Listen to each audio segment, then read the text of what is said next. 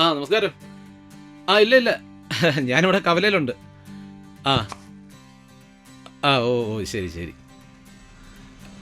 ഇല്ല ഞാനിവിടെ കാണും. ആ ഭഗവാനെ, ചായ അല്ലേ? ആ ചായ. ഓ ആ ലാൽ സലാം സഖാവേ, കുറിയും തൊട്ട് രാവിലെ അമ്പലത്തിൽ പോയോ? ഒന്നും പറയണ്ടാവേ, പേരക്കുട്ടിയുടെ കയ്യിൽ കിടന്നൊരു 4 ഗ്രാമിന്റെ വള എവിടോ പോയി.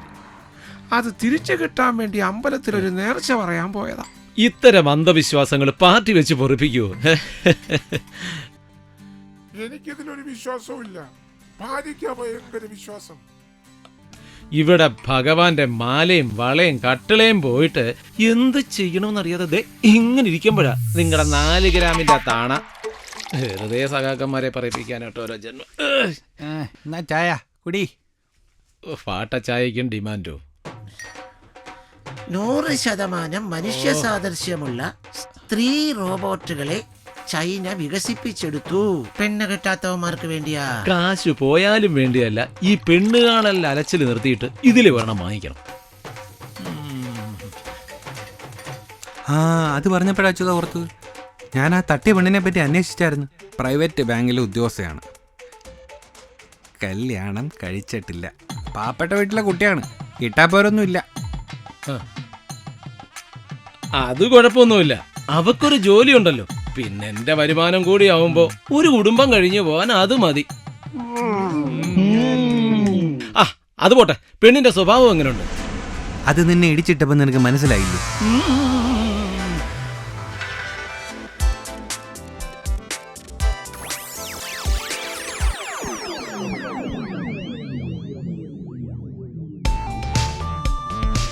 കുഴപ്പമില്ല, ഇച്ചിരി ചുണ്ടി കൂടുതൽ. പെണ്ണുങ്ങളായാലേ അങ്ങനൊക്കെ വേണം. എന്തോന്ന് ചുണ്ടി ചുണ്ടി? കൊള്ളക്കളവൻ. കാശ് വന്നിട്ട് വയ്ക്കേ. ഇത് കണക്കിപ്പെട്ടിട്ടുണ്ട് കേട്ടാ. 8 മക്കളും 16 കൊച്ചുമക്കളും ഉള്ള കളവന. ഈ കളവന്മാരിങ്ങനെ തുടങ്ങിക്കഴിഞ്ഞാൽ ബാക്കിയുള്ളവർ എങ്ങനെ സ്വസ്ഥമായിട്ട് കല്യാണം കഴിച്ച് ജീവിക്കും? നാളെ നമുക്ക് പെണ്ണ് കാണാൻ പോയല്ലോ. നാളെ എന്തിനു പോകണം? നമ്മൾ ഇന്ന് പോകുന്നു. എടിപിടി എന്ന് പറഞ്ഞാൽ അവർക്ക് ഒരുങ്ങാനുള്ള സമയം കൊടുക്കണ്ടേ? ഒരുങ്ങി നിൽക്കാൻ അവരെന്തോ അമ്പലത്തിൽ ഉത്സവത്തിന് പോകുന്നു. 4 മണിയാവാൻ ഇനിയും 4-5 മണിക്കൂറുണ്ട്. അപ്പൊ അതുകൊണ്ട് ഫോൺ എടുത്ത് വിളിച്ചു പറ. പെട്ടെന്ന് വേണേ.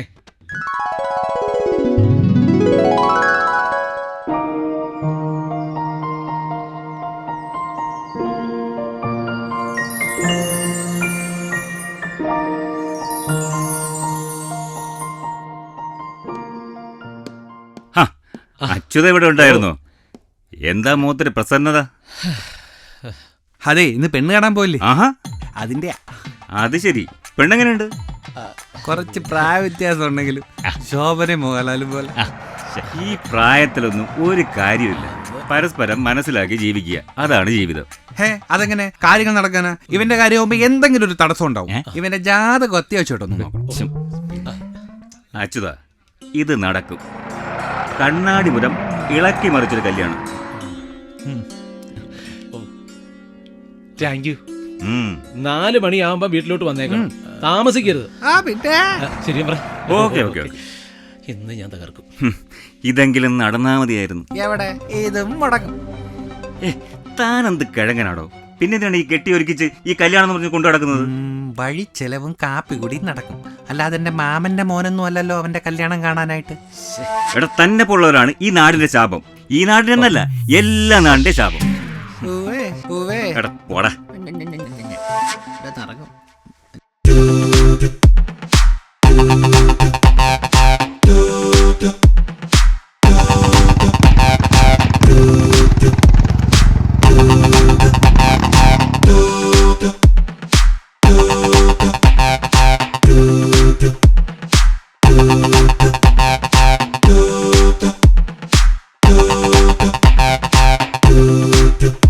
വിളിയടാ, മത്തായിനെ വിളിയടാ. എടാ പൊളിക്കാനല്ല പറഞ്ഞ, മത്തായിനെ വിളിക്കാനാ. മത്തായി മാമ. എടോ മത്തായി. എടോ മത്തായി. എടോ മത്തായി മാപ്പിളെ. എടോ മത്തായി മാപ്പിളെ, ഇറങ്ങി വാടോ. സുഭാഷ് കുഞ്ഞ് ഒത്തിരി നേരമായോ വന്നിട്ട്? ഞാൻ അപ്പുറത്ത് തുണി കഴുകിയിടുമായിരുന്നു. അകത്തോട്ട് വന്നാട്ടെ, കയറിയിരിക്കാം. ഇയാള് തുണി കഴുകുവോ മണി അധികം കയറിയിട്ട് അടിക്കോ? അത് ഞങ്ങളുടെ വിഷയമല്ല. എനിക്ക് 4 മാസം പലിശ കിട്ടണം. ഉടനെ തരാൻ കുഞ്ഞേ. നിവൃത്തികേട് കൊണ്ടാ. അവൾക്ക് വയ്യാത്തോണ്ട് മോൻ വന്നിട്ടുണ്ട്. 1.5 വർഷം മുമ്പ് 50,000 രൂപ എണ്ണി തരുമ്പോ താൻ എന്താ വിചാരിച്ചേ? ദാനം തന്നാന്നു? പലിശ ഇനത്തിൽ തന്നെ 85,000 രൂപ മോനിട്ട് തന്നതല്ലേ. മുതൽ ഞാൻ ഉടനെ തന്നോളാം. എൻ്റെ ഭാര്യ ആശുപത്രിയിലാണെന്നറിയാലോ. ഒരു ഓപ്പറേഷൻ ഉണ്ട്. അതിനുള്ള പണം കണ്ടെത്താനുള്ള ഓട്ടത്തിലാണ് ഞാൻ. ഓടിപ്പണം കണ്ടെത്താൻ നിങ്ങളാരാ? PT ഉഷയോ? കുഞ്ഞേ, ഇങ്ങനെ വീട്ടിൽ കയറി വന്ന് അക്രമം കാണിച്ചാ നീ എന്ത് ചെയ്യും? എന്തുവാ കുഞ്ഞേ? എന്നാ താനൊരു കാര്യം ചെയ്യും. തന്റെ വീടിന്റെ പുറകെ നിൽക്കുന്ന 5 മൂട് തേക്ക് എന്റെ പേരിൽ എഴുതി 2-2.25 ലക്ഷം രൂപ വില പറഞ്ഞു നിർത്തിയിരിക്കുന്ന തേക്കാ. അപ്പൊ കാശും ഇല്ല തേക്കും ഇല്ല. കാശില്ലാത്തൊക്കെ നിങ്ങളാരാ? പുഷ്പമേശ്വരിയോ? ഇങ്ങനെയൊക്കെ ചെയ്യാൻ തുടങ്ങിയ ഞാൻ പോലീസിൽ കംപ്ലൈന്റ് എന്നാ പിന്നെ ഇതുകൂടെ ചേർത്ത് കൊടുക്കണോ?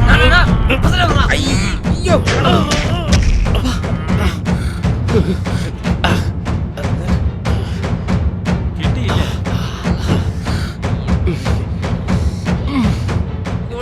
മൂക്കാമ്പട കയറണം. വീട്ടിൽ കയറി ഗുണ്ടാസം കാണിക്കുന്നോടാ.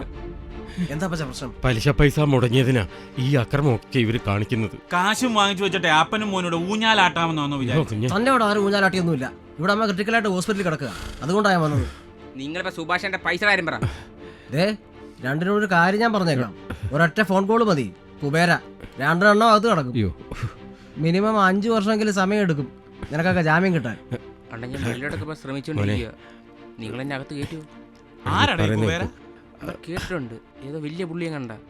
ഓഹോ, എന്നോട് ഭീഷണി. എന്നോട് താൻ അപ്പന് കാശ് കൊടുത്തതിന് എന്തെങ്കിലും തെളിവുകളുണ്ടോ? എന്നാൽ പലപ്പോഴും 10,000 20,000 വെച്ച് ഞാൻ തനിക്ക് അയച്ചതിന് ഗൂഗിൾ പേയിൽ തെളിവുകളുണ്ട്. നീ എന്തോ ഇപ്പൊ പറഞ്ഞു വരുന്നേ? ചുരുക്കി പറയാം, പലിശക്ക് പൈസ കൊടുത്തു കുബേര 2 എണ്ണം അകത്ത് പോകും. ശംഭു ഇങ്ങോട്ട് വന്നടാ. എന്തോ പ്രശ്നമുണ്ട്. ഇനി ഇവിടെ നിൽക്കുന്ന പന്തിയല്ലടാ, നമുക്ക് വിടാം. നീ അടുത്ത് എന്താണോ പറഞ്ഞോണ്ട് വരുന്നത്?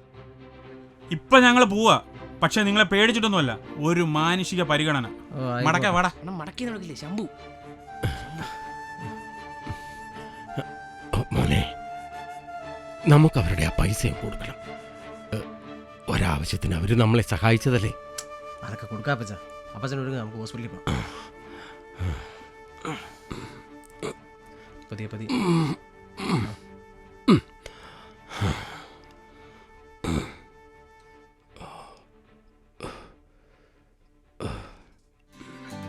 ചേട്ടാ, മഹേഷ് ചേട്ടാ, കഥക് തുറക്ക്.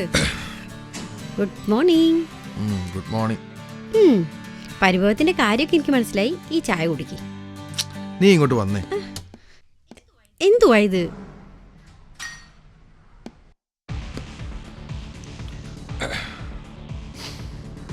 എന്താ ചേട്ടാ, നമ്മളെടുത്ത തീരുമാനങ്ങളൊക്കെ മറന്നോ? നീ തന്നെ ഒന്ന് ആലോചിച്ചു നോക്ക്. എത്രയെന്നും വെച്ചാ പച്ചമീന് മുന്നിൽ വെച്ച് പൂച്ച കാത്തിരിക്കുന്നത്. ആഹാ, ആ പൂച്ചയുടെ മൂക്ക് ഞാൻ ഇടിച്ചു പറത്തും. കൂവളമാല ഇട്ടെന്ന് പറഞ്ഞ് വിവാഹിതരാവതില്ല. എല്ലാരും സമ്മതത്തോടു കൂടി നിയമപരമായി താലി കെട്ടിയാലേ വിവാഹിതരാവും. അതുവരെ നമ്മൾ 2 റൂം തന്നെ. മനസ്സിലായി. നിനക്ക് എന്നെ വിശ്വാസമില്ല. ഇങ്ങോട്ട് നോക്കിയേ, എൻ്റെ ഒരു ആവശ്യത്തിന് എതിരെ നിൽക്കാത്ത ആളാ സുഭാഷേട്ടൻ. അദ്ദേഹത്തെ വിഷമിപ്പിക്കാൻ എനിക്ക് വയ്യ. അതുകൊണ്ടാ. എടി, നിന്നെ ഞാൻ എങ്ങനെ പറഞ്ഞ് മനസ്സിലാക്കാനാ? എന്ത്? എടി, വീട്ടുകാർ വരും. നമ്മൾ വിചാരിച്ച പോലെ കാര്യങ്ങളെല്ലാം നടക്കും. ഞാൻ നിന്നെ ഒരിക്കലും ചതിക്കില്ല മോളെ. നീ എന്നൊന്ന് വിശ്വസിക്കേ. വരട്ടെ. ഇപ്പൊ നല്ല പൂ പോലെ തെടിലുണ്ടാക്കി വെച്ചിട്ടുണ്ട്. കുളിച്ചിട്ട് വന്ന് കഴിക്കി.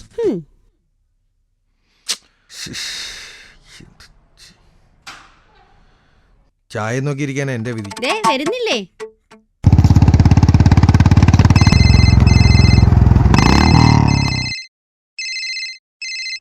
Hello hello, Subhash ചേട്ടനല്ലേ?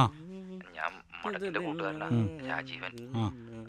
അച്ഛന് പെട്ടെന്നൊരു വയ്യാഴിക ഉണ്ടായി.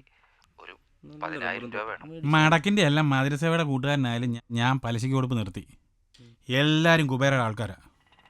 അണ്ണ ആരാ? എന്റെ പേര് വിളിച്ചാരാ? പറ. വിളിയനെ വിളിക്കട്ടാ.